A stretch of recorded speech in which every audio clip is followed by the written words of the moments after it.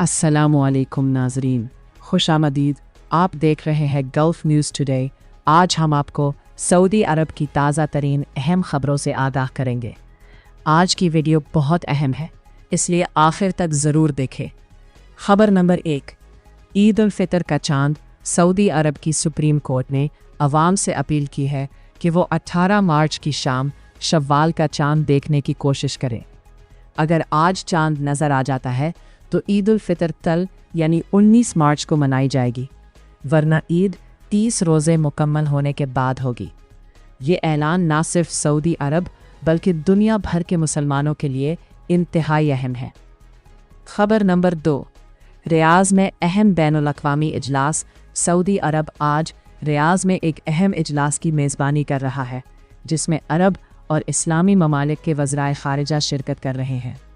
इस इजलास में ख़ित्ते की सिक्योरिटी, जंगी सूरत हाल और अमन के इक़दामात पर बातचीत की जाएगी।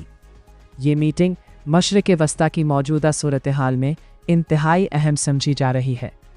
ख़बर नंबर 3, सिक्योरिटी सूरत हाल और हमले। हालिया दिनों में सऊदी अरब ने कई ड्रोन और मिसाइल हमलों को कामयाबी से नाकाम बनाया है। रिपोर्ट्स के मुताबिक सऊदी फ़िज़ाई दिफ़ा ने एक बैलिस्टिक मिसाइल और मुतअद्दिद ड्रोन्स को तबाह कर दिया। ये हमले ख़ित्ते में जारी कशीदगी के बायस हो रहे हैं, ताहम सऊदी हुकूमत मुकम्मल तौर पर सूरत हाल को कंट्रोल कर रही है। ख़बर नंबर 4, फ़्लाइट्स अपडेट। हालिया सिक्योरिटी सूरत हाल की वजह से कुछ फ़्लाइट्स मुतासिर हुई हैं। कई एयरलाइंस जैसे फ्लाइनेस और फ्लाइडील ने कुछ परवाज़ें आर्जी तौर पर मनसूख या तब्दील की हैं। लिहाजा मुसाफिरों को हिदायत दी जाती है कि सफ़र से पहले अपनी फ़्लाइट स्टेटस ज़रूर चेक करें। ख़बर नंबर 5, तेल की पैदावार और एक्सपोर्ट अपडेट। सऊदी अरब ने मौजूदा हालात के बावजूद तेल की बरामदात जारी रखी हैं। रिपोर्ट्स के मुताबिक रेड सी के ज़रिए तेल की तरसील में इजाफ़ा किया जा रहा है और एक्सपोर्ट 3.8 मिलियन बैरल यौमिया तक पहुँच सकती है। ये कदम आलमी मार्केट में तेल की सप्लाई बरकरार रखने के लिए लिया गया है।